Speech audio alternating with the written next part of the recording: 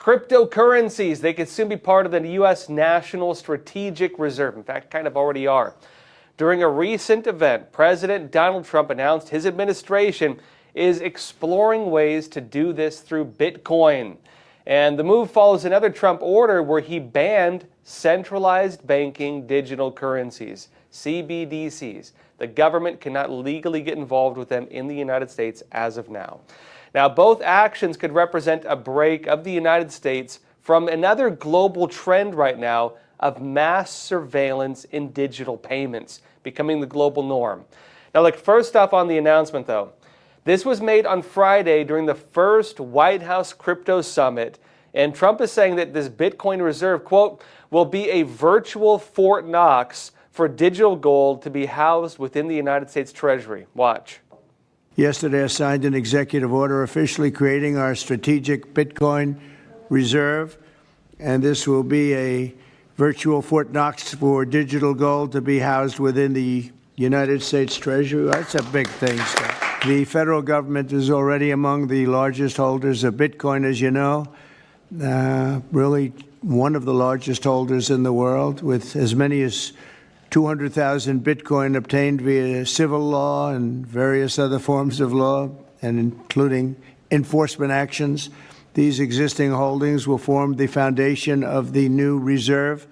Unfortunately, in recent years, the U.S. government has foolishly sold tens of thousands of additional Bitcoin that were worth billions and billions of dollars had they not sold them, but they did sell them, mostly during the Biden administration.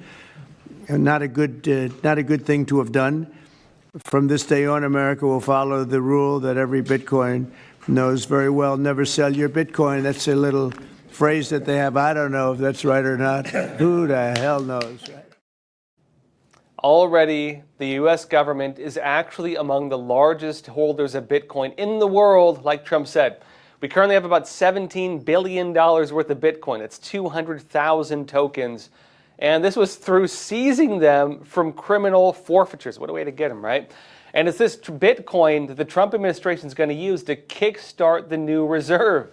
Now, look, the basis of these moves is a new executive order that Trump signed on March 6th that could boost American leadership in digital assets and in financial technology. This order also established the strategic Bitcoin reserve that's going to work as a national stockpile that could be used in the future, kind of similar to a gold reserve.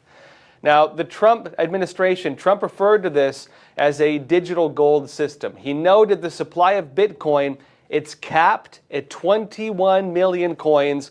It has never been hacked. People can steal it, but that's not hacking Bitcoin itself, suggesting that it's secure enough to use for this and scarce enough, and he's going to be using this to justify these actions. Now, leading up to this order, Trump had already begun discussing this as a possibility. On March 2nd, Trump wrote on Truth Social, quote, "A U.S. crypto reserve will elevate this critical industry after years of corrupt attacks by the Biden administration, which is why my executive order on digital assets, directing the presidential working group to move forward on a crypto strategic reserve that includes XRP, SOL, and ADA. He said, I will make sure the U.S. is the crypto capital of the world. We are making America great again." And he followed up that statement saying this.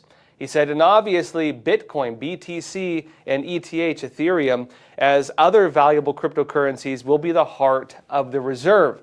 I also love Bitcoin and Ethereum, Trump said.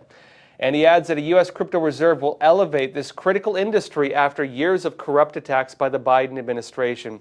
Going again into that. Now, look, after signing this executive order, Trump said on March 7th, quote, "Last year, I promised to make America the Bitcoin superpower of the world and the crypto capital of the planet, and we're taking historic action to deliver on that promise. Crypto, making America great again." He's going off on this. Look, now on an important point, and this should be clarified, there's a very fine line between cryptocurrency and centralized banking digital currencies, or CBDCs. And understanding this difference is also understanding the difference between what the United States is doing and frankly most of the world is doing right now. Most of the world is moving to what they call stable coin or CBDCs. That is centralized, monitored, surveilled, everything is seen. The United States is going crypto. Crypto means encrypted. Crypto means privacy. And so the United States backing this is basically a battle over the surveillance state regarding your purchases and everything else. Now, importantly, both of these are forms of digital currency, but breaking it down, as the name suggests with cryptocurrencies, they include types of encryption that makes it more difficult for the payments to be tracked, and they do take steps to protect the anonymity of the users. They also bypass the centralized banks, which is why a lot of libertarians like them. Although it's also possible this could change as governments start to regulate things with Bitcoin. Maybe they'll want to start seeing that. Maybe they'll develop new technologies to monitor it. Who knows what the future may hold. But CBDCs already represent that type of surveillance, right? Now, as the name suggests with CBDCs, they are done through centralized banks. And unlike cryptocurrencies, which get rid of the middlemen, like the banks or the Federal Reserve, well, CBDCs are actually heavily controlled. They're centralized, they're tied in with the banks, tied in with the Federal Reserve. In some cases, they're promoting their own. And importantly, they're heavily monitored. Nothing goes through without being seen. Every payment is visible. Every transaction is trackable. Everything is cancelable if they don't want you doing it. Nothing happens with the CBDC that is not watched and regulated in some way. And that's the direction most of the world is going in right now. Now, importantly, on this point, Trump banned the establishment of CBDCs in the United States. Now, he signed an order on this back in January in a presidential action titled Strengthening American Leadership in Digital Financial Technology.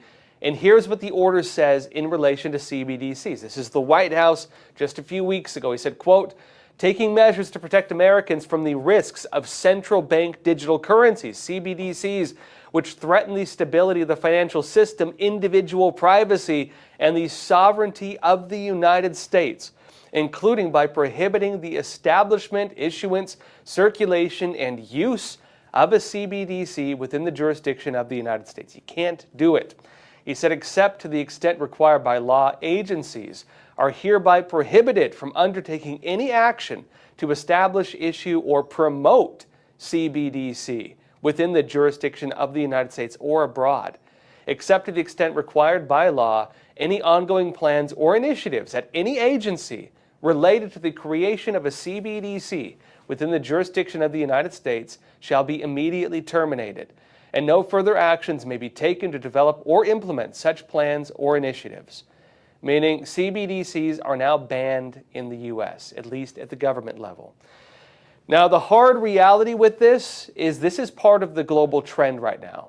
This is the direction the entire global financial institution is moving towards. They want to view everything. They want to control everything. Most countries on Earth, as we speak, are working on some type of digital currency. Mainly for them, it's what they call stable coin, which I'll explain, or CBDCs. The crypto thing is kind of new. Trump's taking that road, possibly breaking that door open as a way to fight back against it. But part of this also is because of the internet, online shopping. Maybe we've done this to ourselves, right? We use credit cards, we use digital payments for most things now. And also because of changes that took place during COVID-19. You might remember, a lot of stores moved to quote-unquote cashless payments. They didn't want to touch your dirty money, right? They said pay with credit card. This is cashless, contactless payment, they call it. Remember that? And you no longer had the option to pay with cash. You couldn't do it if you wanted to. But there are also some countries looking at things like stable coins, as I mentioned. Stable coins are a bit different. That would be something like a dollar-backed digital currency or something like the digital euro in Europe, meaning they're basically CBDCs, but they're done through the, maybe like the Federal Reserve would do it and replace the dollar with something like that, or just back the dollar using these digital currencies. And the problem with those is they're not much different from a CBDC, just as centralized bank digital currencies, because centralized banks print some of the money, right? So the real issue globally right now is that the world is going in this direction. And for Trump now to look at cryptocurrency instead, this kind of sends a divergent message in terms of who is going to gain power over these currencies. And it also leans more in the direction of individual privacy. Meaning, of course, while every country wants to monitor all payments, Trump is saying the government should not be able to do that, and cryptocurrency might give a way of achieving that, although we will see. It could also be argued that Trump's order on crypto, it could open the door for this, basically. It could open the door for a type of centralized bank digital currency or a stable coin in the United States. Yes, Trump has put protections in place against that. He has banned the use of CBDCs and all the problems that come along with them. But because this was done through a presidential action, it's not that solid. It can be overturned. And on that point, Congress is considering making it law. This would make it a lot more stable. Mike Lee, Republican senator from Utah, said this on February 6th. He said he reintroduced the No CBDC Act to prevent the Federal Reserve, which prints your money. It's neither federal nor a reserve, but the bank notes in your pocket say Federal Reserve note, right? It will prevent the Federal Reserve from reshaping the U.S. financial sector and having the ability to monitor consumer transactions through a central bank digital currency. President Donald Trump, he said, recently banned federal agencies from creating a CBDC through an executive order. This legislation would enshrine the ban permanently in law. It is co-sponsored by Senators Ted Cruz, Rick Scott, and in the Senate. And then Representative Andy Ogles is introducing the House Companion Bill, he said. And he adds, quote, "The United States does not need to create a central bank digital currency to know it is bad." This is Senator Lee. And he added, quote, "We've seen this play out in China with the digital yuan." They've already done it. He said in early trials, China canceled its citizens' money after a set period, forcing Chinese citizens to spend their savings at the compulsion of the government. You don't have control over what you spend your money on anymore, he's saying, right? And he said, my bill protects Americans from a similar intrusion by prohibiting the Federal Reserve or any federal government agency from minting or issuing a CBDC, whether through a direct-to-consumer or intermediated model. And he adds, quote, "CBDCs are nothing more than a tool for tyrants to intimidate, control, and surveil the activities of American citizens. And it is my duty as a patriot to stop them." That's Representative Andy Ogles. And he added, "I am honored to co-lead this effort with Senator Lee."